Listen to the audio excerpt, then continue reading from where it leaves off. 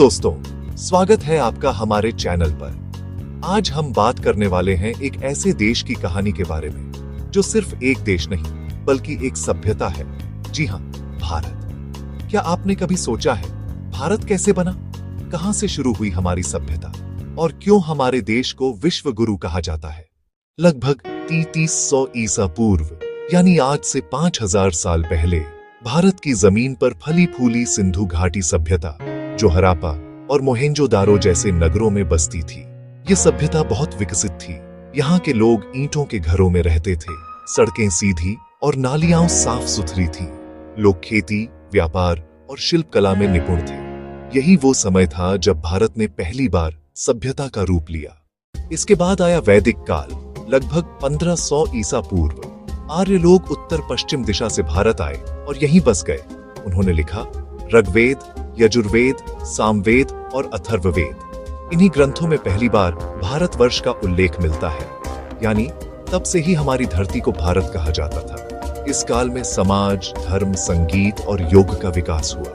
ये वो दौर था जब भारत ज्ञान और अध्यात्म का केंद्र बन गया। समय बीता, छोटे छोटे राज्य बने जिन्हें महाजनपद कहा गया। इनमें सबसे प्रसिद्ध था मगध और यहीं से निकले एक महान शासक चंद्रगुप्त मौर्य। 321 ईसा पूर्व में उन्होंने मौर्य साम्राज्य की स्थापना की, जो पूरे भारत को एक सूत्र में बांधने वाला पहला साम्राज्य बना। उनके पोते सम्राट अशोक ने तो इतिहास बदल दिया। कलिंग युद्ध के बाद उन्होंने हिंसा छोड़ दी और बौद्ध धर्म अपना लिया। 320 ईस्वी के आसपास शुरू हुआ गुप्त साम्राज्य। इस काल को कहा गया भारत का स्वर्ण युग, क्योंकि इस समय कला, विज्ञान, गणित, साहित्य और चिकित्सा में अविश्वसनीय प्रगति हुई। आर्यभट्ट ने गणित और खगोल शास्त्र में नई खोजें की। कालिदास ने अभिज्ञान शाकुंतलम जैसे महान नाटक रचे और नालंदा विश्वविद्यालय पूरी दुनिया में शिक्षा का केंद्र बना। गुप्तों के बाद भारत में कई छोटे छोटे राज्य बने। राजपूत, चालुक्य, चोल, पाला और राष्ट्रकूटों ने शासन किया।